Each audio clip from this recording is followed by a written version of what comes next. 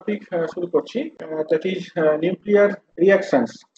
এখানে সিলেবাসে এই টপিকগুলো রয়েছে: types of nuclear reactions, different conservation laws that hold in every nuclear reaction, kinematic of a reaction, Q value of a nuclear reaction. Q ভ্যালুটার সাথে আমরা আগে পরিচিত হয়েইছি, আলফা ডিকে যখন স্টাডি করা হয়, বিটা ডিকে যখন স্টাডি করা হয় সেই কনটেক্সটে, বা নিউক্লিয়ার ফিশন ফিউশন এই কনটেক্সটে।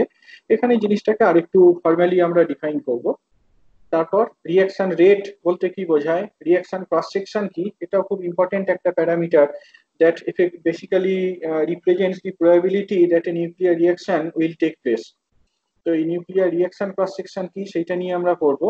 Next, concept of compound and direct reaction, resonance reaction. Compound reaction কি, ডিরেক্ট রিঅ্যাকশন কি, রেজোনেন্স রিঅ্যাকশন কি, এইগুলো দেখবো। এবং একটা পার্টিকুলার নিউক্লিয়ার রিঅ্যাকশন, খুব ওয়াইডলি স্টাডিড একটা নিউক্লিয়ার রিঅ্যাকশন, কুলম্ব স্ক্যাটারিং বা রাদারফোর্ড স্ক্যাটারিং, এই এক্সপেরিমেন্টটা নিয়ে ডিটেলে ডিসকাস করবো। তো এইগুলোই বেসিক্যালি সিলেবাসে যেগুলো আছে সেগুলোকেই কভার করা রয়েছে এই পাওয়ার পয়েন্ট স্লাইডটার মধ্যে, এক্সেপ্ট কুলম্ব স্ক্যাটারিং। তো এখানে আমরা এই types of nuclear reactions, conservation principle, সিলেবাসে যেগুলো বললাম সেইগুলোই আরো একবার মেনশন করছি। Q values of a nuclear reaction, nuclear রিঅ্যাকশনের বিভিন্ন রকম ভাবে ক্লাসিফাই করা যায়: endoergic nuclear reaction, exoergic nuclear reaction. তো এন্ডোয়ার্জিক রিঅ্যাকশনের ক্ষেত্রে থ্রেশহোল্ড এনার্জিটা কিভাবে ক্যালকুলেট করতে হয়, সেটা কিউ ভ্যালু দ্বারা কিভাবে ডিটারমাইন্ড হয়, এটা আমরা দেখবো। nuclear reaction cross section and geometrical interpretation, এটা দেখো। Examples of different types of reaction, their characteristics are at the end Bohr's postulate of compound nucleus. পুরানো সিলেবাসে ওই 1+1+1 সিস্টেমে এই Bohr postulate of compound nuclear reaction, এই কনটেক্সটেই তোমার একটা ইম্পর্টেন্ট এক্সপেরিমেন্ট ছিল যেটাকে ঘোষালস এক্সপেরিমেন্ট বলা হয়। তোমরা যে এস এন ঘোষালের বইটা ফলো করো, that experiment was carried out by S N Ghoshal himself sometimes in 1950। সেইটা পুরানো সিলেবাসে ছিল। একটু আমি এটা রেখেছি, এখানে তোমাদের জন্য রেখেছি, সিলেবাসে মেনশন করেনি, তবু একটু রাখা আছে জিনিসটাকে বলার জন্য। আর লাস্ট টপিকটা হচ্ছে কুলম্ব স্ক্যাটারিং, এটা আমার এই স্লাইডের মধ্যে এখনো ইনক্লুড করা নেই, এটা ঢোকাতে হবে। এই তো, let us first discuss various types of nuclear reactions. Elastic scattering, elastic scattering বলতে কি বোঝায়? আচ্ছা, নিউক্লিয়ার রিঅ্যাকশনটা কোথায়, কোথাও একটা লেখা ছিল, এটা আসছে না অ্যানিমেশনে। কোন একটা নিউক্লিয়ার রিঅ্যাকশনকে আমরা ধরো এইরকম ভাবে রিপ্রেজেন্ট করছি, সে এক্স প্লাস এক্স থেকে ওয়াই প্লাস ওয়াই। তো এখানে এই ক্যাপিটাল এক্স এইটাকে বেসিক্যালি টার্গেট নিউক্লিয়াস বলা হয়। হ্যাঁ, ক্যাপিটাল এক্সটাকে টার্গেট নিউক্লিয়াস বলা হয়। আর এখানে যে স্মল এক্স দেওয়া হয়েছে, এই স্মল এক্সটা বেসিক্যালি প্রজেক্টাইল। অর্থাৎ একটা টার্গেট নিউক্লিয়াস রয়েছে, ধরো একটা কোনো হেভি নিউক্লিয়াস রয়েছে, নট নেসেসারিলি হেভি নিউক্লিয়াস, কোনো লাইটার নিউক্লিয়াসও নিউক্লিয়ার রিঅ্যাকশনে টেক পার্ট করতে পারে। তো একটা এরকম নিউক্লিয়াস রয়েছে, সেই নিউক্লিয়াসটাকে আমরা বোমবার্ড করছি by a smaller particle, say by a neutron or a proton or by an alpha particle. তো এই স্মল এক্সটা এই প্রোটন বা নিউট্রন বা আলফা পার্টিকেল এইগুলোকে রিপ্রেজেন্ট করছে, এটাকে আমরা প্রজেক্টাইল বলে থাকি। হ্যাঁ, এটাকে প্রজেক্টাইল বলা হয়। ক্যাপিটাল ওয়াই দিয়ে যেটা রিপ্রেজেন্ট করা হয়েছে সেটা হচ্ছে প্রোডাক্ট নিউক্লিয়াসটা, residual nucleus. After the reaction takes place, heavier যে নিউক্লিয়াসটা প্রডিউসড হচ্ছে সেইটা বেসিক্যালি রেসিডিউয়াল নিউক্লিয়াস। আর স্মল ওয়াই দিয়ে যেটা ডিনোট করা রয়েছে সেটা বেসিক্যালি ইজেক্টাইলকে রিপ্রেজেন্ট করছে, ইজেক্টেড পার্টিকেল বা ইজেক্টাইলকে বোঝানো হচ্ছে। ধরো কোনো একটা রিঅ্যাকশন টেক প্লেস হলো, এবার সেই রিঅ্যাকশনের পরে একটা দুটো নিউট্রন প্রডিউসড হতে পারে, একটা দুটো প্রোটন প্রডিউসড হতে পারে, আলফা পার্টিকেল প্রডিউসড হতে পারে। তো এই ওয়াই সিম্বলটা সেই নিউট্রন, প্রোটন বা আলফা পার্টিকেল, এই স্মল পার্টিকেল গুলোকে রিপ্রেজেন্ট করছে।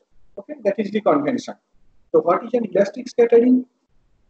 ইলাস্টিক স্ক্যাটারিং এর ক্ষেত্রে এই ejected particle y is the same as the projectile. অর্থাৎ টার্গেট নিউক্লিয়াসটাকে আমরা যে পার্টিকেলটা দিয়ে বোমবার্ড করছি, after the reaction takes place we have the same particle as the ejected particle. So it comes out with same energy and same angular momentum as that of X.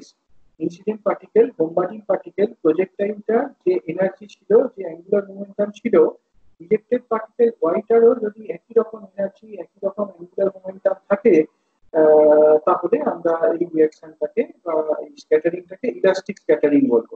তাহলে দেখতে পাচ্ছ খুব পরিষ্কার ভাবে যে রেসিডুয়াল নিউক্লিয়াসটা একদম একই রকম, এক্স এর সাথে সমান। তফাৎটা কোথায়?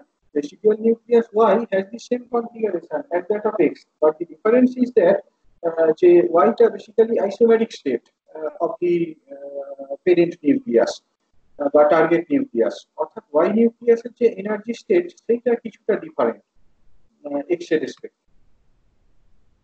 এক্স প্লাস এক্স থেকে এক্স প্লাস এক্স। আমরা পরে একদম শেষের দিকে কিছু এক্সাম্পল রয়েছে। ইনইলাস্টিক স্ক্যাটারিং এর ক্ষেত্রেও ইজেক্টেড পার্টিকেলটা একদম প্রজেক্টাইলের সাথে সমান। আমি এখানে বোধহয় একটা ভুল ইনফরমেশন দিলাম, যে রেসিডুয়াল নিউক্লিয়াসটা আইসোমেরিক স্টেট বললাম, সেটা নয়। কিন্তু ইলাস্টিক স্ক্যাটারিং এর ক্ষেত্রে ওয়াই নিউক্লিয়াসটা এক্স নিউক্লিয়াসের সাথে আইডেন্টিক্যাল, ইনফ্যাক্ট এনার্জি স্টেটটাও একই রকম। এফেক্টিভলি কোনো রকম এনার্জি ট্রান্সফার হচ্ছে না, দেখি বুঝতে পারছো। প্রজেক্টেড পার্টিকেল, প্রজেক্টাইল আর ইজেক্টেড পার্টিকেল একই রকম এনার্জিতে যদি থাকে তাহলে এফেক্টিভলি কোনো রকম এনার্জি ট্রান্সফার হচ্ছে না। দুটো নিউক্লিয়াসই তাহলে same nucleus X X. Inelastic scattering এর ক্ষেত্রে কি হয়? For inelastic scattering ejected particle y is the same as the projectile X, আগের মতোই, কিন্তু তফাৎটা কোথায়? It has different energy and angular momentum. হ্যাঁ, অন্তত এনার্জিটা different, so that the residual nucleus is left in excited state of the target nucleus। অর্থাৎ এক্ষেত্রে কিন্তু এই রেসিডিয়াল নিউক্লিয়াসটা একটা isomeric state of the target nucleus. এই ক্ষেত্রে রিঅ্যাকশনটাকে আমরা এরকম ভাবে লিখে থাকি, এক্স প্লাস এক্স থেকে এক্স স্টার এক্স। এই যে এক্স স্টার লেখা হয়েছে সেইটা বেসিক্যালি একটা এক্সাইটেড স্টেটকে রিপ্রেজেন্ট করছে of the target nucleus. Okay, এইগুলোর এক্সাম্পল রয়েছে, আমি পরে যাব।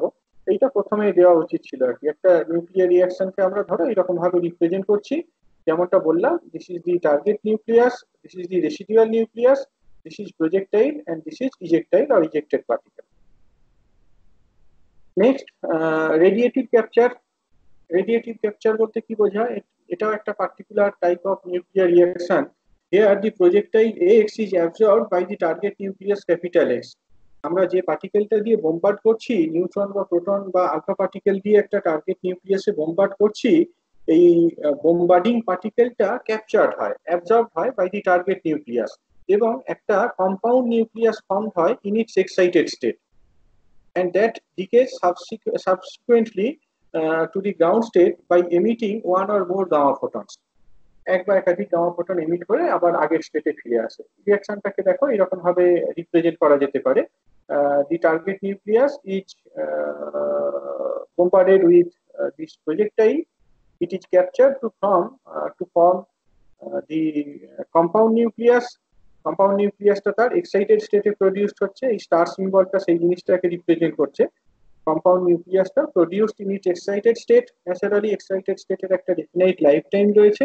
After that, it will come back to the ground state by emitting one or more gamma photon. This is what is known as radiative capture. Next, photo disintegration. এটাও নামটা শুনে বুঝতে পারছো কি ধরনের reaction. After capturing a photon, the target nucleus will disintegrate। অর্থাৎ এখানে প্রজেক্টাইলটা বেসিক্যালি একটা gamma photon. The target nucleus is bombarded with very high energy gamma rays, so that it is raised to an excited state। কোন একটা target নিউক্লিয়াসকে যদি আমরা high energy gamma রে দিয়ে বোমবার্ড করি, তাহলে সেই টার্গেট নিউক্লিয়াসটা এই গামা রে গামা ফোটনটাকে অ্যাবজর্ব করে তার একটা এক্সাইটেড স্টেটে যাবে।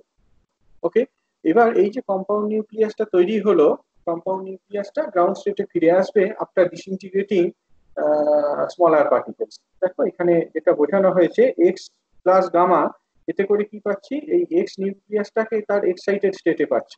এবার এইটা ডিকে করে যায় to the residual nucleus y and the projectile ejected particle small y. Next, another type disintegration process. এটা কি ধরনের প্রসেস? এইখানে যে টার্গেট নিউক্লিয়াসটা, সেই টার্গেট নিউক্লিয়াসটাকে বোমবার্ড করা হয়। সাধারণভাবে নিউক্লিয়ার রিঅ্যাকশন বলতে আমরা এইগুলোই স্টাডি করে থাকি। টার্গেট নিউক্লিয়াসকে বোমবার্ড করা হচ্ছে by a small particle like alpha particle আর proton, as I said. that will cause a change in the identity of the original nucleus after the emission of a different small particle. এইরকম ধরনের একটা reaction দেখো এখানে example দেওয়া রয়েছে। This nitrogen 14 isotope is bombarded by an alpha particle and there will be a compound nucleus, একটা compound nucleus এর formation হবে, সেইটা পরে তোমার এই অক্সিজেন 17 এবং প্রোটনে ডিসইন্টিগ্রেট করে যাবে। অর্থাৎ এখানে দেখতে পাচ্ছি যে বোম্বার্ডিং নিউক্লিয়াস, এই টার্গেট নিউক্লিয়াসের আইডেন্টিটিটা কিন্তু লস্ট হয়ে যাচ্ছে। টার্গেট নিউক্লিয়াসের যে আইডেন্টিটি সেইটা চেঞ্জ হয়ে যাচ্ছে, এক্ষেত্রে নাইট্রোজেনটা changed হয়ে গেছে to oxygen by emitting a proton. Next, another process that you are familiar with, nuclear fission.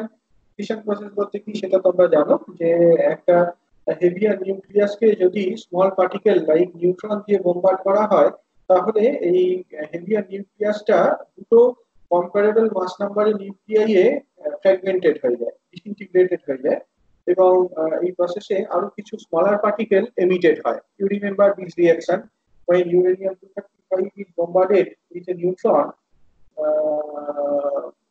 a compound nucleus, uranium 236 is formed in its excited state, which subsequently decays into a barium 141 and krypton 92 nuclei, and 3 neutrons are emitted in this process.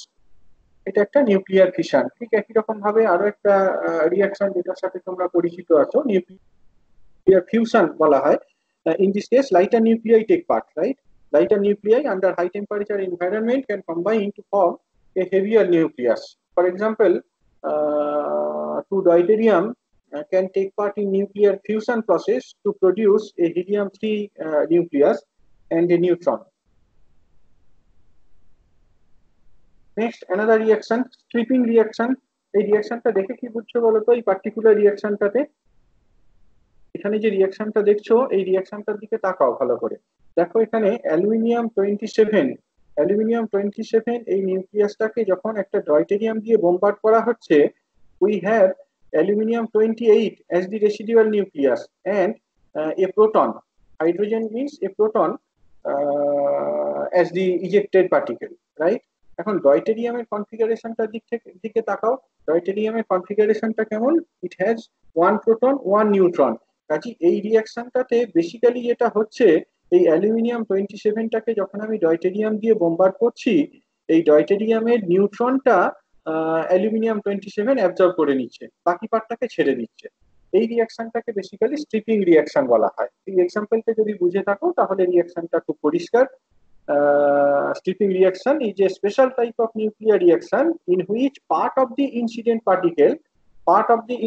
particle or the nucleus combines with the target nucleus and the remainder proceeds with most of its original momentum in its original direction.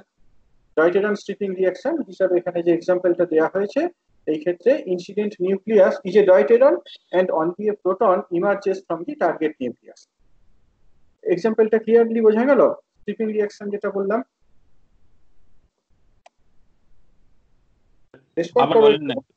আবার বলেন না sir. এইখানে যে এই যে ডয়টেরিয়ামটাকে দেখানো হচ্ছে, এই ডয়টেরিয়ামটা তো বেসিক্যালি প্রজেক্টাইল, এইটা বোম্বার্ডিং পার্টিকেল, বোম্বার্ডিং নিউক্লিয়াস। ডয়টেরিয়ামের মধ্যে কি আছে? একটা প্রোটন আছে আর একটা নিউট্রন আছে, ওকে? এখন এই ডয়টেরিয়াম দিয়ে যখন তুমি একটা অ্যালুমিনিয়াম 27 কে বম্বার্ড করছো, রেসিডিয়াল নিউক্লিয়াসটা কি হচ্ছে? অ্যালুমিনিয়াম 28। অর্থাৎ এই যে নিউট্রনটা, সেই নিউট্রনটা ক্যাপচার্ড হচ্ছে বাই দি টার্গেট নিউক্লিয়াস, আর বাকি যে পার্টটা বোম্বার্ডিং পার্টিকেলের যে বাকি পার্টটা পড়েছিল সেইটা বেরিয়ে আসছে। সেটাই এখানে বলা হয়েছে যে এই রিঅ্যাকশনে part of the incident particle, অর্থাৎ ডয়টেরিয়ামের একটা part combines with the target nucleus aluminium 27 and the remainder proceeds with most of its original momentum in its original direction. Just একটু হোল্ড করো। হ্যালো, আমি ক্লাসে আছি, একটু পরে আপনাকে ব্যাক করছি।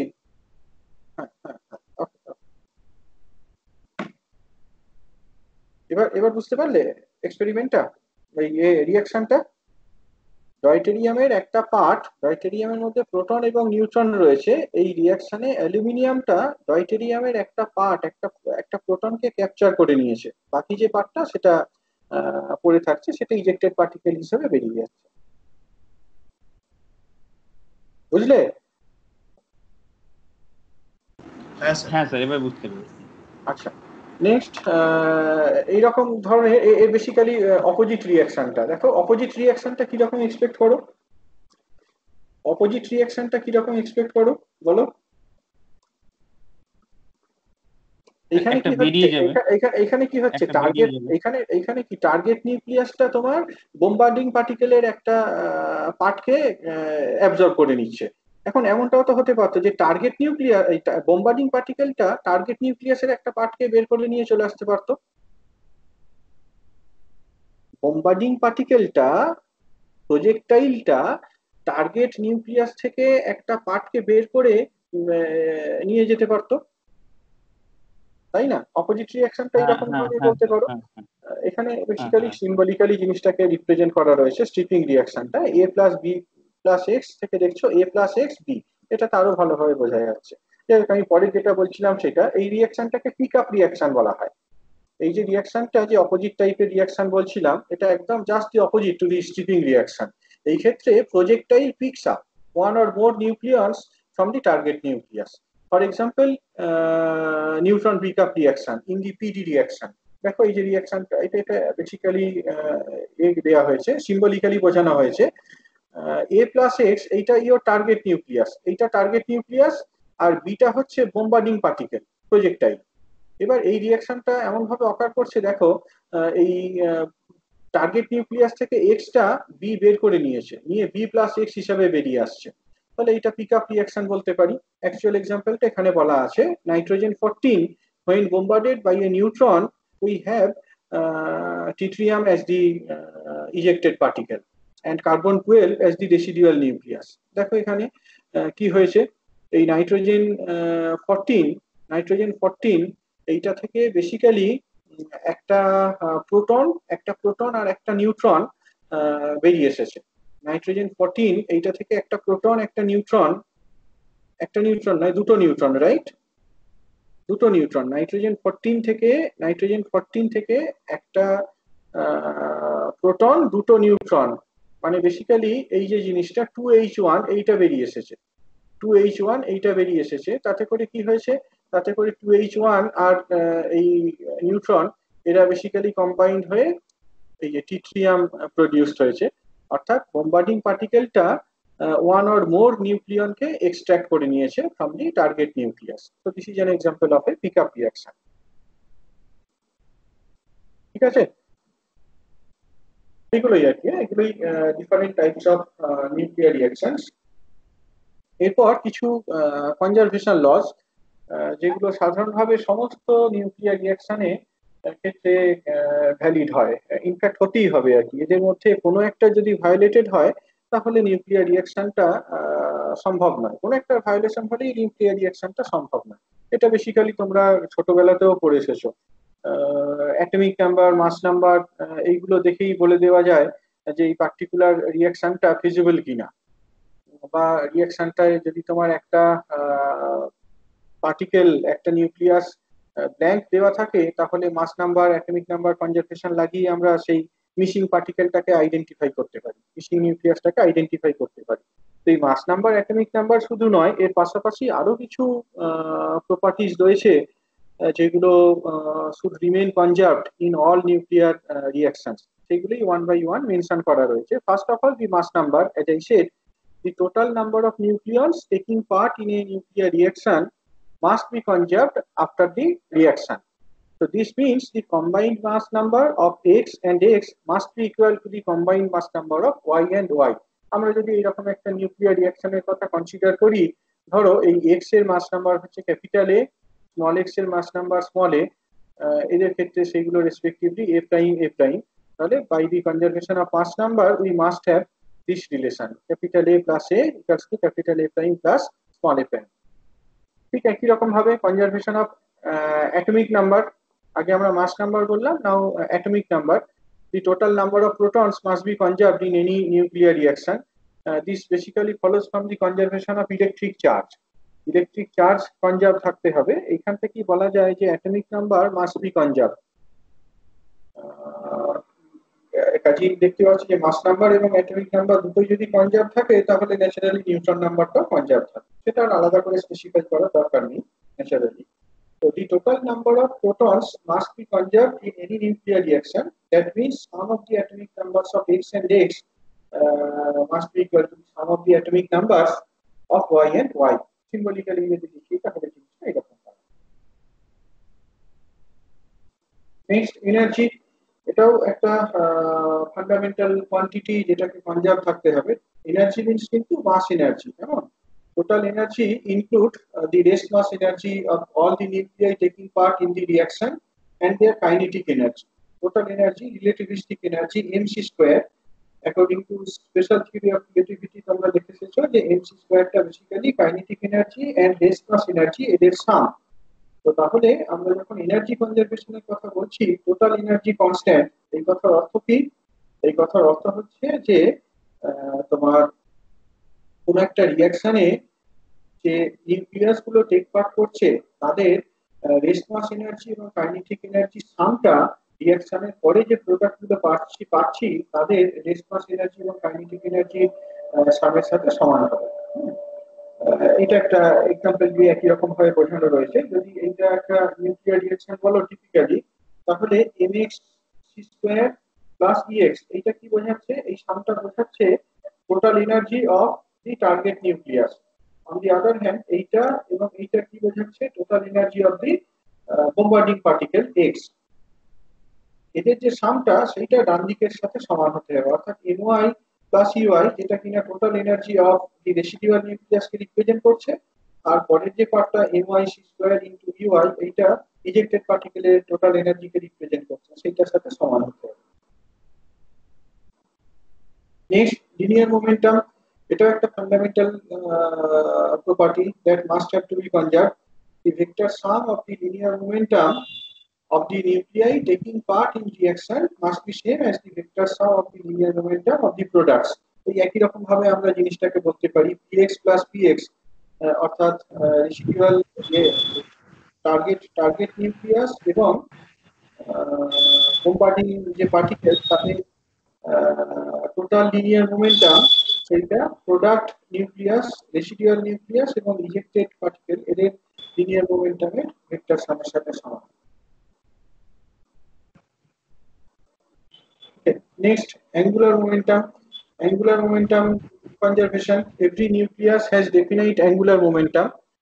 As you know that nucleus spin, এটা যখন পড়েছো সেখানে দেখেছো প্রত্যেকটা নিউক্লিয়াসে ডেফিনাইট স্পিন রয়েছে, অ্যাঙ্গুলার মোমেন্টাম রয়েছে। সেটা basically vector sum of the intrinsic spin and orbital angular momentum of its constituents. So vector sum of total angular momentum after the reaction is same as before the reaction. Capital X আর small x এদের যে এটা সেইটা তোমার ওই and product গুলোর total এর সাথে সমান হবে। এখানে একটা সিম্বল ইউজ করা হয়েছে দেখতে পাচ্ছ, এই Lx, এইটা বেসিক্যালি তোমার অরবিটাল, একটু এটা অফ করো, কারোর দিক থেকে বোধহয় নয়েজ আসছে। Lx বলতে বেসিক্যালি রিলেটিভ অরবিটাল অ্যাঙ্গুলার মোমেন্টামটাকে বোঝানো হচ্ছে, আর Ly বলতে এন্ড প্রোডাক্টের অরবিটাল রিলেটিভ অরবিটাল অ্যাঙ্গুলার মোমেন্টামকে বোঝানো হচ্ছে। এই ভেক্টর সামটা কনস্ট্যান্ট থাকতে হবে। প্যারিটিও তাই।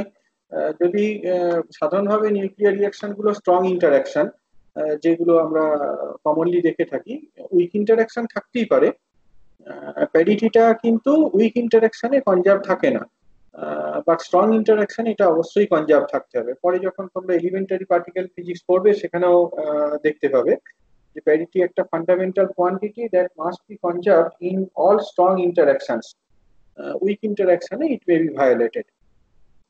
তো এখানেও তাই আর কি, সেটাই বলা হয়েছে, এগুলোকে সিম্বলিক্যালি রিপ্রেজেন্ট করা রয়েছে। যদি আমরা ওই x plus x to y plus y রেফারেন্সে লিখি তাহলে parity conservation implies this thing. pi x মানে parity of target nucleus, next this thing pi x এইটা বোঝাচ্ছে তোমার parity of the bombarding particle, এইটা parity of the residual nucleus, আর এইটা হচ্ছে প্যারিটি অফ দি ইজেক্টাইল। এইটা তাহলে বাম দিকটা ডান দিকটার সাথে সমান হতে হবে যদি এটা স্ট্রং ইন্টারঅ্যাকশনের থ্রুতে অকার করে থাকে। Next, Q value of a nuclear reaction. কোন নিউক্লিয়ার রিঅ্যাকশনে কিউ ভ্যালু স্যার প্যারিটিটা একবার বলেন। কোন জায়গাটা বলবো বলো? স্যার প্যারিটিটা একবার বলেন। প্যারিটি কি সেটা তো মনে আছে নাকি? হ্যাঁ স্যার, ওই যেটা আগে আমরা পড়েছিলাম প্যারিটি। হ্যাঁ হ্যাঁ, কোয়ান্টাম মেকানিক্সে পড়ছো, নিউক্লিয়ার কোয়ান্টাম মডেলে। মেকানিক্স কোয়ান্টাম মেকানিক্সেও পড়েছো তোমরা। প্যারিটি বলতে হ্যাঁ কি বোঝায়? এটা বেসিক্যালি ওয়েভ ফাংশনের স্পেস রিফ্লেকশন সিমেট্রিকে রিপ্রেজেন্ট করে, তাই তো? যদি সাই হ্যাঁ অফ মাইনাস আর, যদি সাই অফ মাইনাস আর সমান সাই অফ আর হয়, তাহলে আমি বলবো কি যে সিস্টেমটার ইভেন প্যারিটি রয়েছে। যদি মাইনাস অফ সাই আর হয় তাহলে বলবো অড প্যারিটি রয়েছে। আর যদি এটা সাই অফ মাইনাস আরটা সাই আর এর সাথে সমান না হয়, তাহলে আমরা বলবো যে ওই পার্টিকুলার সিস্টেমটার বা স্টেটটার কোনো ডেফিনাইট প্যারিটি নেই।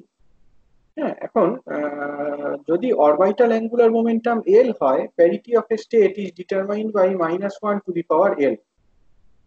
কোন একটা সিস্টেমের বা কোন একটা পার্টিকেলের যদি অরবিটাল অ্যাঙ্গুলার মোমেন্টাম কোয়ান্টাম নাম্বারটা এল হয়, তাহলে parity is given by -1 to the power L.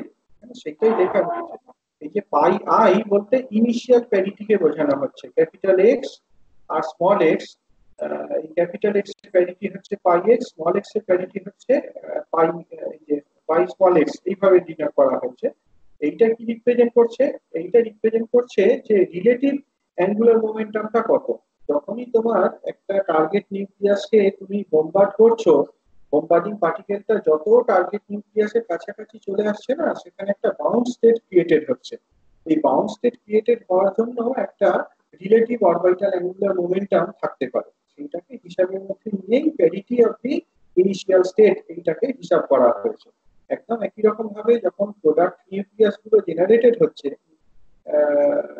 After the reaction যে পার্টিকেল গুলো, যে নিউক্লিয়াস গুলো আমরা পাচ্ছি, সেখানেও তোমার এরকম ভাবে একটা relative orbital angular momentum LY থাকতে পারে। অ্যাকর্ডিংলি আমরা ফাইনাল স্টেটের প্যারিটিটাকে রিপ্রেজেন্ট করেছি। তো যদি এই ইন্টারঅ্যাকশনটা স্ট্রং ইন্টারঅ্যাকশন দ্বারা মিডিয়েটেড হয়, তাহলে এই দুটো প্যারিটি সমান হবে, ইনিশিয়াল প্যারিটি আর ফাইনাল প্যারিটি সমান। এইটাই বললাম। হ্যাঁ, ঠিক আছে তো? হ্যাঁ স্যার, ঠিক আছে। Next, Q value of nuclear reaction. হ্যাঁ, কোন নিউক্লিয়ার রিঅ্যাকশনের কিউ ভ্যালু বলতে কি বোঝায়? কোন নিউক্লিয়াসের কিউ ভ্যালু বলতে আমরা যেটা বুঝি সেটাকে আরেকটু ডিটেলে দেখো, এখানে এক্সপ্লেন করা রয়েছে। অলরেডি আমরা alpha particle, alpha decay, beta decay বা নিউক্লিয়ার ফিশন ফিউশন এই কনটেক্সটে ফর্মুলা গুলোকে ইউজ করে এসেছি। এখানে আরেকটু ফর্মালি জিনিসটাকে ডিসকাস করা আছে। কিউ ভ্যালু বলতে বোঝায় যে amount of energy either evolved or absorbed in a nuclear reaction. অর্থাৎ একটা নিউক্লিয়ার রিঅ্যাকশন স্পন্টেনিয়াসলি অকার করতে পারে, সেক্ষেত্রে এনার্জিটা ইভলভ হবে। অথবা একটা নিউক্লিয়ার রিঅ্যাকশনকে আমরা ইনডিউস করাতে পারি। সেক্ষেত্রে আমাদের এক্সটার্নালি কিছু এনার্জি সাপ্লাই করতে হবে। তো এই কিউ ভ্যালুটা বেসিক্যালি সেই জিনিসটাকে রিপ্রেজেন্ট করছে, amount of energy evolve after a nuclear reaction occurs, or it represents the energy required to induce a nuclear reaction. It is defined by this relation. যদি আমরা এই পার্টিকেল গুলোর বাইন্ডিং এনার্জিকে এই ই সিম্বল দিয়ে represent করি, respectively বুঝতে পারছো, ই ওয়াই বলতে প্রোডাক্ট নিউক্লিয়াস, রেসিডিউয়াল নিউক্লিয়াসের বাইন্ডিং এনার্জিকে বোঝাচ্ছে, এইটা তোমার ওই ইজেক্টেড পার্টিকেলের বাইন্ডিং এনার্জিকে বোঝাচ্ছে, and so on. In terms of the binding energy, Q value is defined by this expression. না সরি, ভুল বললাম, বাইন্ডিং এনার্জি টার্মে নয়, এটা টোটাল এনার্জি টার্মে বলা হচ্ছে আর কি। হ্যাঁ, টোটাল এনার্জি টার্মে, কাইনেটিক এনার্জি টার্মে বলা হচ্ছে। কিভাবে কাইনেটিক এনার্জিটা কিভাবে ম্যানিফেস্টেড হবে দেখো। একটা রিঅ্যাকশনে কিউ ভ্যালু যদি পজিটিভ হয়, এনার্জিটা যদি ইভলভ হয়, how will it be manifested? It will be manifested in the form of kinetic energy, right? Q value যদি পজিটিভ হয়, তাহলে কাইনেটিক এনার্জি টার্মে জিনিসটা ম্যানিফেস্টেড হবে। ওকে, তো এখানে ইউআই, ইউএক্স বলতে বেসিক্যালি কাইনেটিক এনার্জি গুলোকে বোঝানো হয়েছে। ঠিক আছে, এই কাইনেটিক এনার্জি গুলো থেকে আমরা কিউ ভ্যালুটাকে ডিফাইন করতে পারি। এখন এই এন্টায়ার ক্যালকুলেশনটা আমরা করতে পারি in the reference frame of the target nucleus. Target নিউক্লিয়াসের রেফারেন্স ফ্রেম এই জিনিসটাকে করতে পারি, এটা অনেক সময় ল্যাবরেটরি ফ্রেম বলা হয় আর কি, যেখানে you keep your target nucleus at rest. তো ইএক্স ইকালস টু জিরো, তাহলে দেখতে পাচ্ছ কিউ ভ্যালুটাকে এরকম ভাবে লিখতে পারি। হ্যাঁ, এখন you remember the mass energy conservation principle. Mass energy conservation প্রিন্সিপালটা মনে আছে? M X square plus M X square plus E X, capital ইএক্সটাকে আমরা অলরেডি জিরো নিয়ে নিয়েছি, এটা ছিল কিন্তু এটাকে আমরা জিরো নিয়ে নিয়েছি। হ্যাঁ, মাস এনার্জি কনজারভেশন প্রিন্সিপালটা থেকে এই ইকুয়েশনটা লেখো, সেখান থেকে দেখো যে কিউ ভ্যালুটাকে আমরা ইন টার্মস অফ মাস যদি রিপ্রেজেন্ট করতাম তাহলে এরকম ভাবে লিখতে পারতাম, M X square plus M X square minus M I square minus M I square.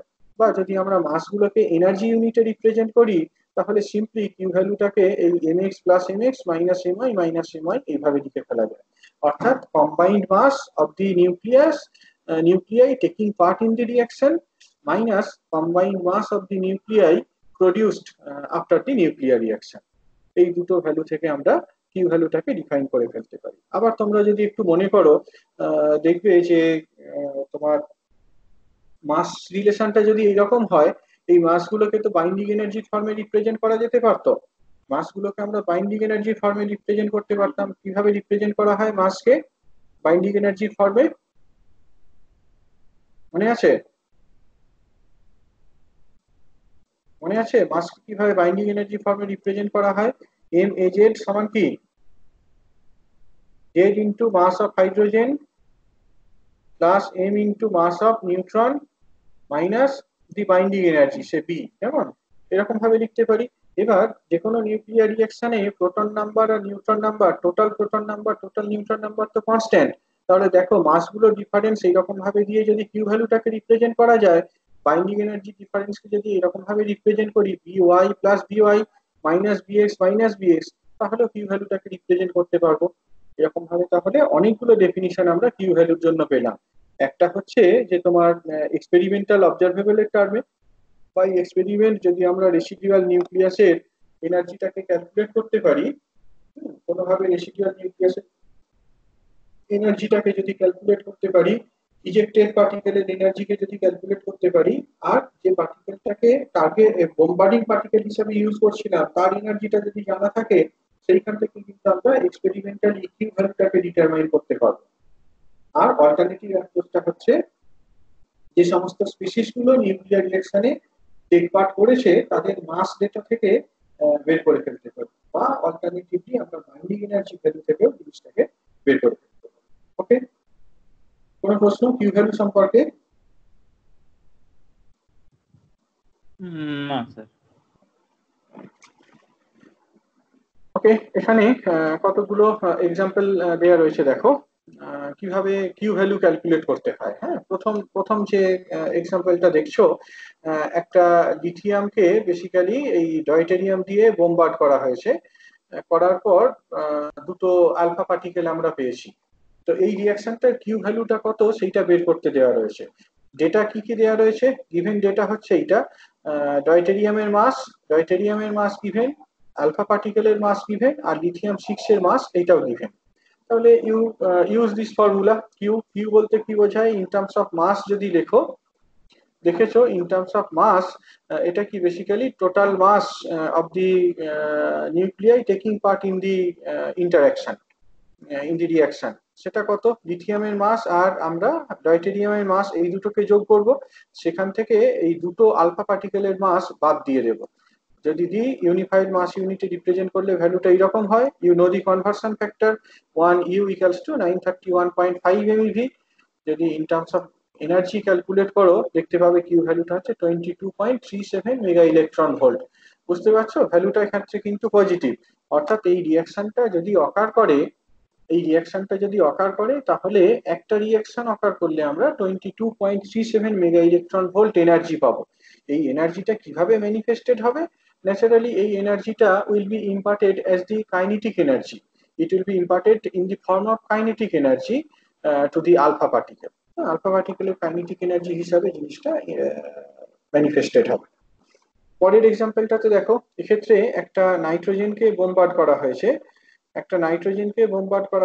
By an alpha particle. হ্যাঁ, নাইট্রোজেনকে আলফা পার্টিকেল দিয়ে বোমবার্ড করেছো, you have oxygen 17 and a proton. এই রিঅ্যাকশনের কিউ ভ্যালু ক্যালকুলেট করে দেখো। এই রিঅ্যাকশনের Q value ডেটাগুলো দেওয়া রয়েছে, প্রত্যেকটা নিউক্লিয়াসের মাস দেওয়া রয়েছে। এগুলো অ্যাকচুয়ালি অ্যাটমিক মাস, নিউক্লিয়ার মাস বাদ দেওয়া যায়, অ্যাটমিক মাস বাদ দেওয়া তাই, তার কারণ তোমার ওই এগুলো বাদ চলে যাবে, প্রোটন নাম্বার এগুলো বাদ চলে যাবে, এগুলো অ্যাটমিক মাসের টার্মই লেখা হয়। এখানে তোমার যে ভ্যালুগুলো দেওয়া রয়েছে সেই ভ্যালুগুলো বসাও। দেখো কিউ ভ্যালু ক্যালকুলেট করতে গেলে আমাকে নাইট্রোজেনের মাস এবং হিলিয়ামের মাস এই সামটা থেকে অক্সিজেনের মাস আর প্রোটন মাস এগুলো বাদ দিতে হবে। দিয়ে ক্যালকুলেট করলে দেখতে পাবে এই এটা নেগেটিভ। হ্যাঁ, ইম্পর্টেন্টলি দেখতে পাচ্ছ এটা নেগেটিভ। এনার্জি ইউনিটে কনভার্ট করলে যে ভ্যালুটা হবে সেটা হচ্ছে -1.19 মেগা ইলেকট্রন ভোল্ট। হ্যাঁ, -1.19 মেগা ইলেকট্রন ভোল্ট। কাজেই এই রিয়াকশনটা দেখো, এই রিয়াকশনের কিউ ভ্যালুটা নেগেটিভ, অর্থাৎ এক্ষেত্রে কিন্তু আমরা এনার্জি পাবো না। এই রিয়াকশনটা অকার করলে কোনো এনার্জি পাবো না, রাদার আমাদেরকে যদি এনার্জি যদি দিতে পারি তবেই এই রিয়াকশনটা অকার করা সম্ভব। এই রিয়াকশনটা কিভাবে দেওয়া যায়? এই রিয়াকশনটা আমরা দিতে পারি in the form of kinetic energy to the bombarding particle. এই আলফা পার্টিকেলের সাফিসিয়েন্ট কাইনেটিক এনার্জি দিয়ে যদি টার্গেট নিউক্লিয়াস নাইট্রোজেন 14 এ বোমবার্ড করি তবেই কিন্তু এই নিউক্লিয়ার রিঅ্যাকশনটা অকার করবে। মিনিমাম কতটা এনার্জি দিতে হবে, যেটাকে থ্রেশহোল্ড এনার্জি বলা হয়, সেটা আমরা পরে ক্যালকুলেট করব। কিন্তু এইখান থেকে আমরা ইনটুইটিভলি যেটা বুঝতে পারছি, we need to impart some energy to induce the nuclear fission, unlike the first reaction. প্রথম রিঅ্যাকশনটার ক্ষেত্রে কিন্তু এই রিঅ্যাকশনটা স্পন্টেনিয়াসলি অকার করতে পারে। I mean very small energy যদি এই বোম্বার্ডিং পার্টিকেলকে দেওয়া হয় তাহলে এই রিঅ্যাকশনটা অকার করতে পারে, এবং অকার করলে এখান থেকে আমরা এনার্জি পাবো।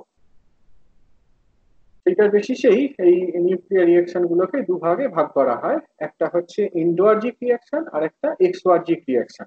আগে দুটো এক্সাম্পলে আমরা যেটা দেখলাম যে Q value can either be greater than zero or less than zero, অর্থাৎ কিউ ভ্যালুটা পজিটিভ বা নেগেটিভ দুটোই হতে পারে।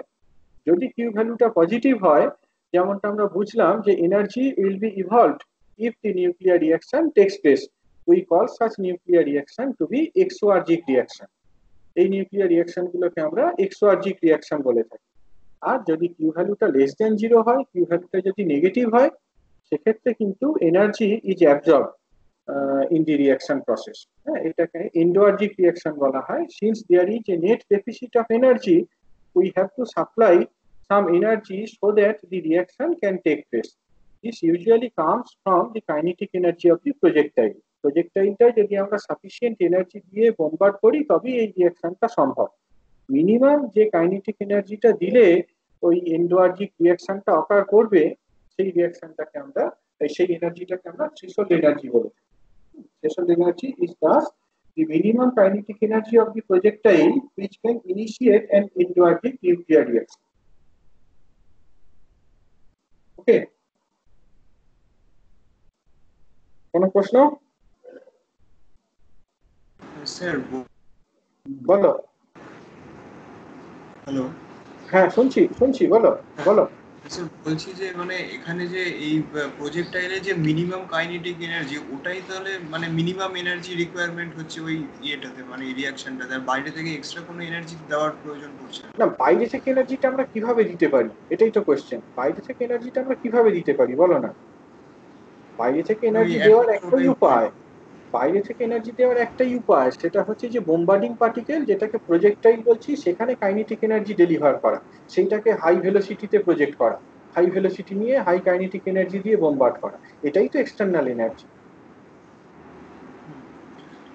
ঠিক আছে স্যার, তাপ শক্তি হিসেবে তো দিতে পারি। কিভাবে বলো? তাপ শক্তি হিসেবে তো দিতে পারি না, তাপ শক্তি হিট জেনারেট জেনারেট করে সেটা দিতে পারো, কিন্তু কোনো একটা নিউক্লিয়ার রিঅ্যাকশন যখন অকার করছো, তোমাকে তো কিছু পরিমাণ এনার্জি সাপ্লাই করতেই হবে, মানে কাইনেটিক এনার্জি প্রজেক্টাইলটার মধ্যে বোম্বার্ডিং পার্টিকেলটাতে তো দিতেই হবে, তাই না? থার্মাল এনার্জি কিন্তু এমনিতে খুব এফিশিয়েন্ট কোনো এনার্জি নয়। থার্মাল এনার্জিটা খুব এফিশিয়েন্ট এনার্জি নয় ইন দ্য সেন্স, তুমি ক্যালকুলেট করে দেখতে পারো যে আমরা রুম টেম্পারেচারে রুম টেম্পারেচারে যদি থার্মাল এনার্জির কথা বলি সেটা কত হয় জানো? রুম টেম্পারেচারে করেসপন্ডিং থার্মাল এনার্জি না স্যার, ধরো 300 কেলভিন কখন ক্যালকুলেট করে দেখেছো? ক্যালকুলেট করে দেখো, দেখলে অবাক হবে। Of the order of milli electron volt, of the order of milli electron volt room টেম্পারেচারে যদি থার্মাল এনার্জি ক্যালকুলেট করো, বেসিক্যালি কেটি, তাই না, বোলজম্যান কনস্ট্যান্ট ইনটু টেম্পারেচার, এটা যদি ক্যালকুলেট করে দেখো দেখতে পাবে এটা মিলি ইলেকট্রন ভোল্ট অর্ডারে। বাইরে এই নিউক্লিয়ার রিঅ্যাকশনটা অকার করতে কিরকম এনার্জি দরকার? মেগা ইলেকট্রন ভোল্ট অর্ডারের দরকার, তাই না? কাজেই তুমি টেম্পারেচার বাড়িয়ে এনার্জিটা সাপ্লাই করবে, বুঝতে পারছো তার জন্য টেম্পারেচারটাকে কত বাড়াতে হবে? রাত্রি 10⁶ কেলভিন এরকম অর্ডারে নিয়ে যেতে হবে। এত হাই টেম্পারেচার তো জেনারেট করা সহজ ব্যাপার নয়। তার থেকে ইজিয়ার একটা অ্যাপ্রোচ হচ্ছে এই পার্টিকেল গুলোকে এনার্জাইজ করা। আমি ধরো প্রোটন দিয়ে বোম্বার্ড করতে চাই বা আলফা পার্টিকেল দিয়ে বোম্বার্ড করতে চাই, আমার যদি একটা সাইক্লোট্রন ইনস্ট্রুমেন্ট থাকে, সেই সাইক্লোট্রন ইনস্ট্রুমেন্টে আমি প্রোটন বা আলফা পার্টিকেলকে সে 10, 20, 30, 40, 100 মেগা ইলেকট্রন ভোল্ট পর্যন্ত এনার্জাইজ করতে পারে। সেটা কিন্তু much easier process than raising the temperature of the order of 10⁶, 10⁷ Kelvin, যেটা otherwise possible naturally in sun or other stars. External energy বলতে আমরা এখানে বেসিক্যালি এই কাইনেটিক এনার্জি ফর্মে এনার্জিটা কি বুঝি।